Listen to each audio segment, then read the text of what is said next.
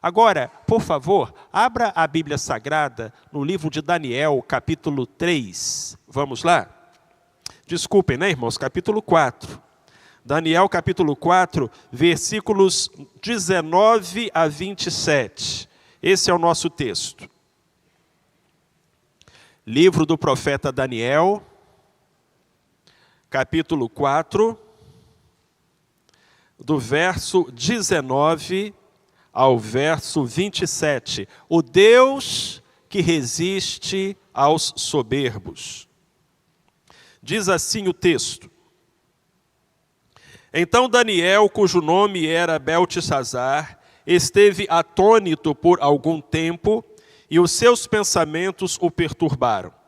Falou, pois, o rei e disse: Beltesazar, não te espante o sonho, nem a sua interpretação. Respondeu Beltesazar e disse: Senhor meu, seja o sonho para os que te odeiam, e a sua interpretação para os teus inimigos. A árvore que viste, que cresceu e se fez forte, cuja altura chegava até ao céu, e que era vista por toda a terra, cujas folhas eram formosas, e o seu fruto abundante, e em que para todos havia sustento, debaixo do qual os animais do campo achavam sombra, e em cujos ramos habitavam as aves do céu. És tu, ó rei, que cresceste e te fizeste forte, pois a tua grandeza cresceu e chegou até ao céu, e o teu domínio até a extremidade da terra. E quanto ao que viu o rei, um vigia, um santo, que descia do céu e que dizia: cortai a árvore e destruí-a, contudo deixai na terra o tronco com as suas raízes, numa cinta de ferro e de bronze, no meio da terra, tenra relva do campo, e seja molhado do orvalho do céu, e seja a sua porção com os animais do campo, até que passem sobre ele 7 tempos. Esta é a interpretação, ó rei. É o decreto do Altíssimo, que é vindo sobre o rei, meu senhor. Serás expulso do meio dos homens, e a tua morada será com os animais do campo. E te farão comer erva como os bois, e serás molhado do orvalho do céu, e passar-se-ão 7 tempos por cima de ti, até que conheças que o Altíssimo tem domínio sobre o reino dos homens, e o dá a quem quer. E quanto ao que foi dito, que deixassem o tronco com as raízes da árvore, o teu reino voltará para ti, depois que tiveres conhecido que o céu reina. Portanto, ó rei, aceita o meu conselho e põe fim aos teus pecados, praticando a justiça e as tuas iniquidades, usando de misericórdia com os pobres, se porventura se prolongar a tua tranquilidade. Esse é o nosso texto. Bendita seja a palavra de Deus que nós acabamos de ler. Vamos então comentá-lo. Meus irmãos e minhas irmãs, Nabucodonosor sonhou com uma grande árvore. Nós estamos dando continuidade a um assunto que se iniciou lá no versículo 1. Hoje pegamos o verso 19. E nos lembramos, porque estudamos isso na quarta-feira passada, que Nabucodonosor teve um sonho que ninguém conseguiu interpretar, e para isso ele chamou Daniel. E neste sonho ele viu uma grande árvore. Nós vimos também na semana passada que essa árvore simbolizava o próprio Nabucodonosor. Tivemos até a oportunidade de ver como nos testes psicológicos a árvore muitas vezes é utilizada como um símbolo, uma referência do ser humano. Nabucodonosor se enxergava daquele jeito, grande. Sua fama chegava até o céu, seu poder até a extremidade da terra. De fato, Nabucodonosor havia subjugado os reinos e impérios que vieram antes dele. Havia até mesmo destruído a cidade de Jerusalém, derrubado os muros da cidade, incendiado o templo, levado para o cativeiro os moradores de Sião. A única coisa que Nabucodonosor não havia entendido é que tudo isso era um plano de Deus. Aquele povo havia pecado. Os judeus haviam desobedecido a Deus. E o Senhor teve que usar com os filhos dele um remédio amargo, levá-los para Babilônia. Mas Nabucodonosor não se percebia assim.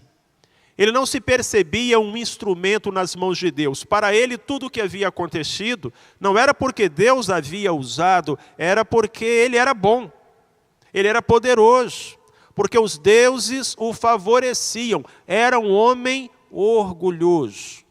Aquela árvore representava perfeitamente como o rei enxergava a si próprio.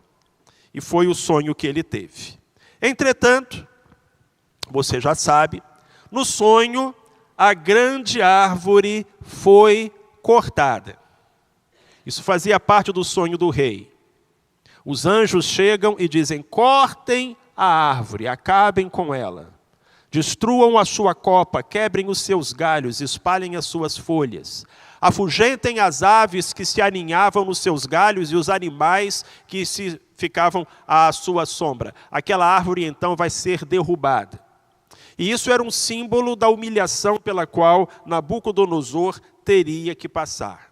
Agora, havia um detalhe nessa visão, que era um detalhe importante. Embora no sonho a árvore fosse derrubada, o tronco ficava no chão. Talvez você já tenha visto uma árvore que foi cortada, mas deixaram as raízes e o toco, e então surge um rebento, não é assim? E muitas vezes desse rebento, que a gente chama de renovo, é uma expressão muito utilizada no Antigo Testamento. Várias vezes se fala sobre o renovo de Israel, o renovo de Davi. Desse galinho que brota, chamado renovo, surge uma nova árvore. Então isso iria acontecer com o rei. A sua queda não seria definitiva.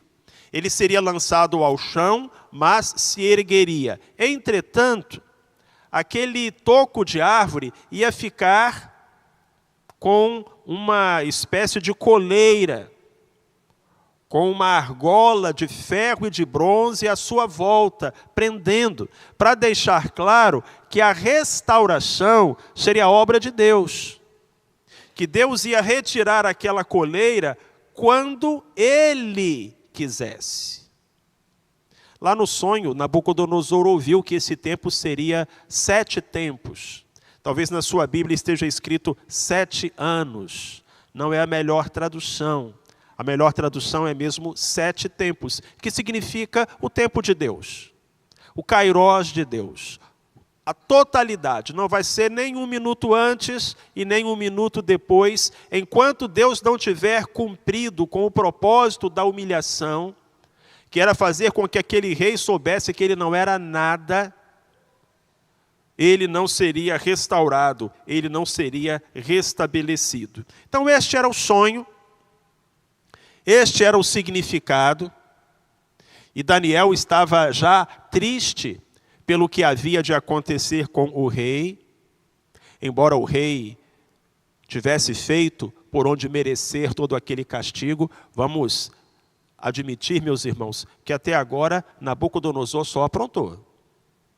Não é verdade? No capítulo 1, ele coloca aquela mesa farta na esperança de corromper os jovens de Israel. Ele tinha pego os tesouros do templo e colocado na casa do seu Deus. Agora ele queria profanar não apenas os utensílios do templo, mas o próprio tesouro de Deus, que eram os jovens. O tesouro de Deus não é prata e ouro. O tesouro de Deus são as vidas que Deus ama. E aí no capítulo 1, Nabucodonosor, de todas as maneiras, tenta fazer com que os jovens de Israel prestem adesão ao seu estilo de vida, comam os seus manjares, adorem os seus deuses. Isso acontece no capítulo 1. No capítulo 2, ele quer matar todo mundo, porque sonhou e não lembra o sonho que teve. E de uma maneira autoritária, parece quase uma criança mimada, fazendo pirraça. Se não me derem o que eu quero, eu vou matar todo mundo. E o decreto é expedido contra os sábios de Babilônia, podendo custar com isso a vida de Daniel e seus amigos, mas o Senhor intervém e salva. E no capítulo 3 ele apronta de novo, fazendo uma imagem e jogando Sadraque, Misaque e Abednego dentro da fornalha. Vamos combinar que aquele rei estava abusando. Ele estava testando a paciência de Deus até o seu limite.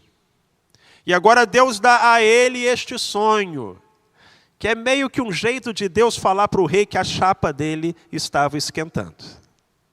Era um último aviso da parte de Deus. E por isso, Daniel não apenas deu ao rei a interpretação do sonho, mas deu também um conselho. Você reparou? O texto que nós lemos termina com este conselho de Daniel. Nabucodonosor, você precisa corrigir a sua vida. Verso 27. Vamos ler juntos? Está projetado aqui à frente. Portanto, ó rei, aceita o meu conselho e põe fim aos teus pecados, praticando a justiça e as tuas iniquidades, usando de misericórdia com os pobres, se porventura se prolongar a tua tranquilidade. Irmãos, o que Deus disse que ia acontecer, não necessariamente ia acontecer, era um aviso. Muitas vezes Deus nos dá um aviso. E se a gente se arrepende, se a gente se corrige, o castigo não nos alcança. E é isso que Deus quer. Deus não castiga com alegria de forma alguma.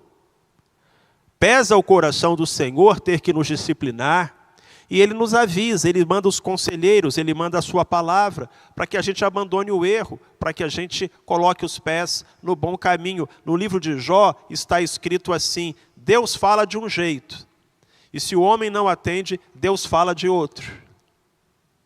E esse outro jeito de Deus é uma coisa muito séria. De modo que Nabucodonosor estava recebendo ainda uma última oportunidade. Deus estava dizendo para ele o que ia acontecer. E Daniel não apenas interpreta o sonho do rei, Daniel vai além. Ele se arrisca, ele coloca a sua vida na mão para talvez provocar a ira de Nabucodonosor, mas dizer a ele: olha, rei, põe fim às tuas iniquidades e aos teus pecados. Chamou o rei de iníquo e de pecador, na cara dele. E disse: porque, rei, para a sua tranquilidade continuar, você tem que mudar de vida. Pratique a justiça. Faça o bem aos pobres. Aquele rei era um déspota, um tirano. Ele não governava pensando no bem da população, mas na sua própria satisfação. Quantos são assim? Não é verdade? E aquele rei não reconhecia a contribuição das pessoas. Ele era extremamente autoritário. Eu acho engraçado, às vezes eu encontro uma pessoa que fala assim: eu me fiz sozinho. Dá vontade de rir. Olha, tudo que eu consegui na vida, fui eu que consegui, ninguém me deu. Me dá vontade de rir. O apóstolo Paulo fala assim: o que tens que não tenhas recebido? E se recebeste, por que te orgulhas? Na verdade, nós não teríamos nada, absolutamente nada, se não fosse a ajuda de Deus e a ajuda das outras pessoas. Mas muitas almas não enxergam este fato e se tornam orgulhosas. Esse era o problema do rei. Então ali nós temos aquele desenho mostrando Daniel dando conselho para o rei. Nabucodonosor, toma jeito. Se oriente, rapaz. Para com isso. Agora, olha para a cara do rei. Ele está com cara de quem vai aceitar o conselho? Dizem que se o conselho fosse bom, não se dava, se vendia. Irmãos, conselho é bom sim, e a gente deve aceitar. Especialmente quando o conselho vem de pessoas que amam a Deus e amam a gente. Se você conhece alguém que ama o Senhor e ama você, escute essa pessoa.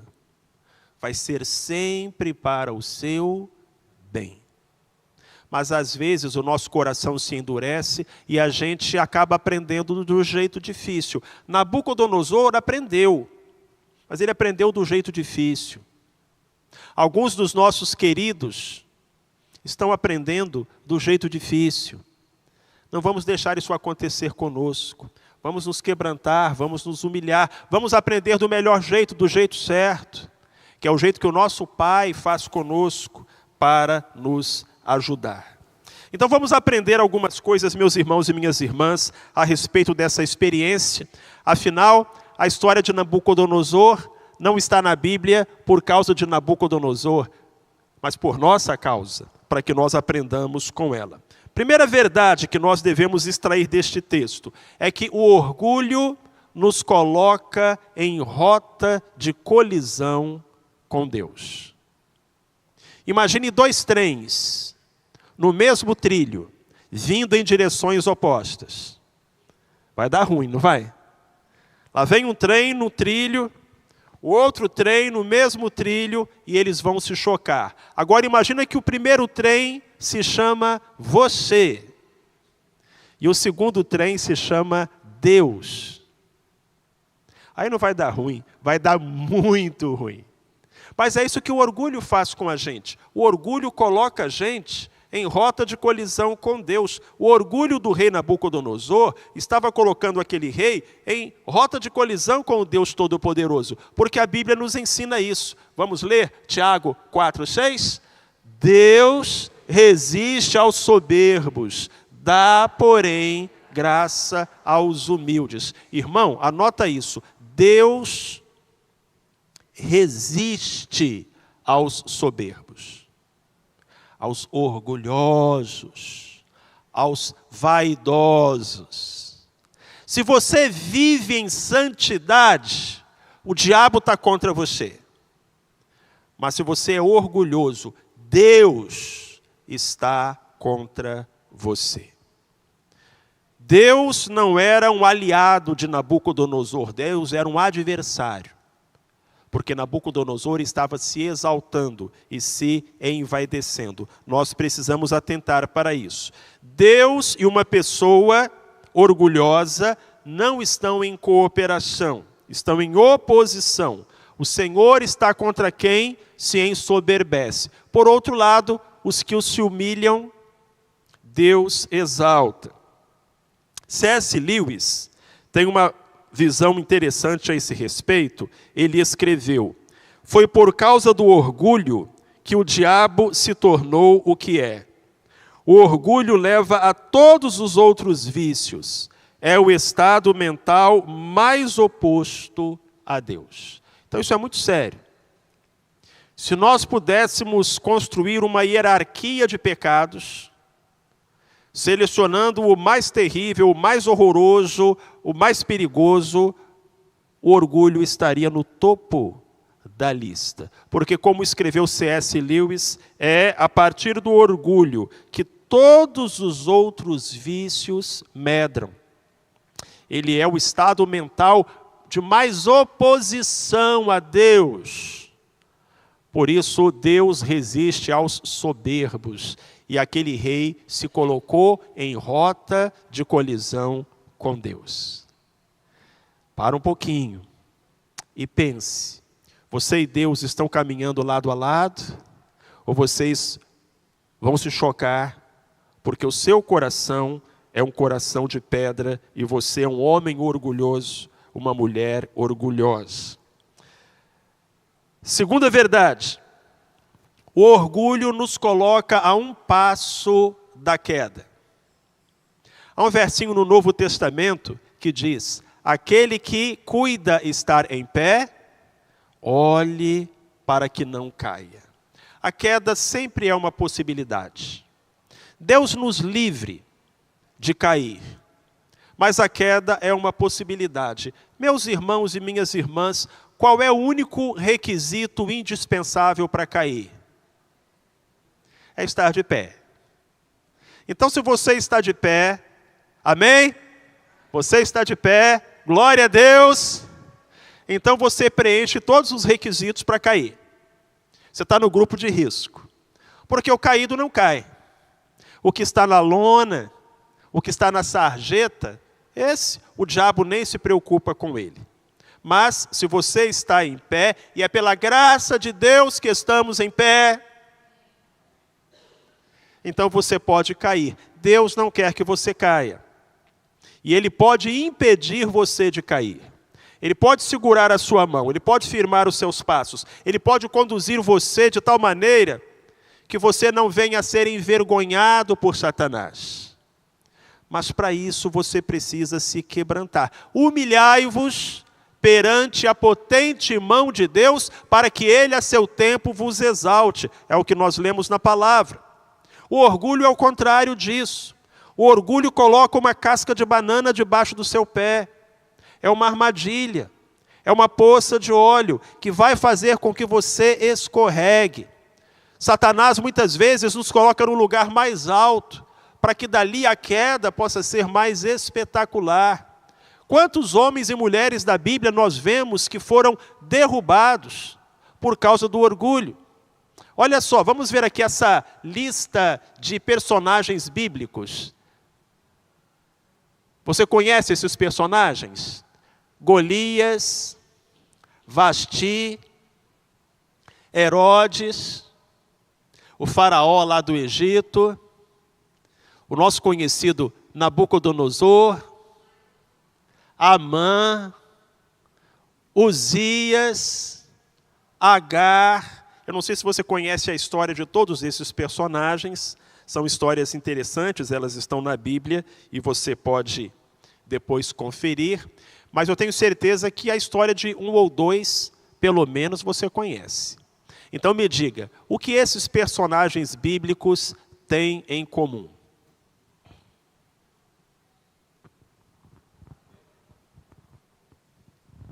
Vamos lá. Lembra da história do Golias, da rainha Vasti, do rei Herodes, do faraó, do Nabucodonosor, daquele ministro da Pérsia, o Amã, do rei Uzias, da Agar, mãe de Ismael. O que esses personagens bíblicos têm em comum? Vamos ver? Todos eles foram derrotados por causa do seu orgulho. Agora, o orgulho representa um desafio para o servo de Deus. Porque, na maior parte das vezes, o orgulhoso não se vê como orgulhoso. E esse é um problema. Um doente que não reconhece a enfermidade não busca a cura. E essa é a dificuldade do orgulhoso. O orgulhoso racionaliza o seu comportamento. E ele é tudo menos orgulhoso. Não é assim mesmo? Eu só falo a verdade. Eu sou sincero. Sincero não, eles falam assim, eu sou positivo. Não é assim? E eu gosto da coisa certa. Eu subi pelos meus méritos. E eu sou crente, mas não sou bobo. Isso é o tipo de fala que sai da boca de um homem orgulhoso, de uma mulher orgulhosa, e que tem um retratinho já dele pintado lá no inferno para colocar aqui nesse quadro. Mas Deus não quer que isso aconteça. Assim como Deus não queria que Nabucodonosor passasse por aquilo tudo. Imagina você, que é um filho amado, uma filha amada, alguém que foi lavado no sangue de Jesus Cristo. Então nós precisamos atentar para isso. Terceiro e último problema. O orgulho nos coloca em conflito com o próximo. Então o primeiro problema do orgulho é que ele nos põe em rota de colisão com Deus. O segundo problema do orgulho é que ele nos coloca a um passo da queda. E o terceiro problema do orgulho é que ele nos coloca em conflito com o próximo. Vamos ler Provérbios 13:10. Da soberba só provém a contenda, mas como os que se aconselham, se acha a sabedoria. Da soberba só provém a contenda. Do orgulho só provém o conflito. Por que marido e mulher brigam? Por que pai e filho se desentendem? Por que irmãos param de falar um com o outro? Por que crentes abandonam a igreja?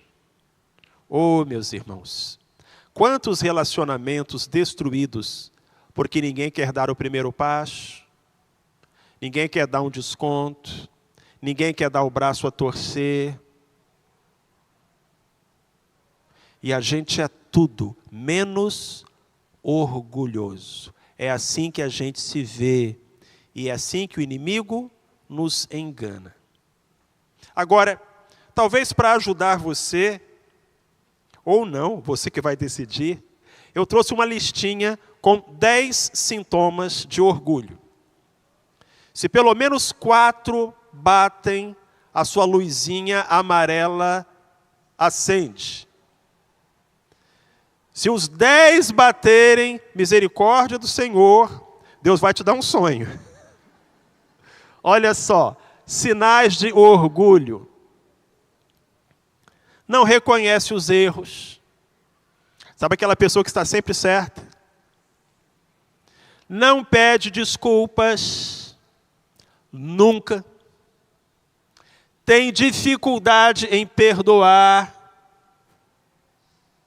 Sinal de orgulho. Tem dificuldade em pedir ajuda. Às vezes é timidez, mas muitas vezes é orgulho. Não sabe escutar. Pessoa orgulhosa não ouve, porque ela acha que ela já sabe. A pessoa orgulhosa não deixa o outro explicar, porque na cabeça dela já está tudo resolvido. Está sempre com a razão. Nunca dá o primeiro passo para a reconciliação.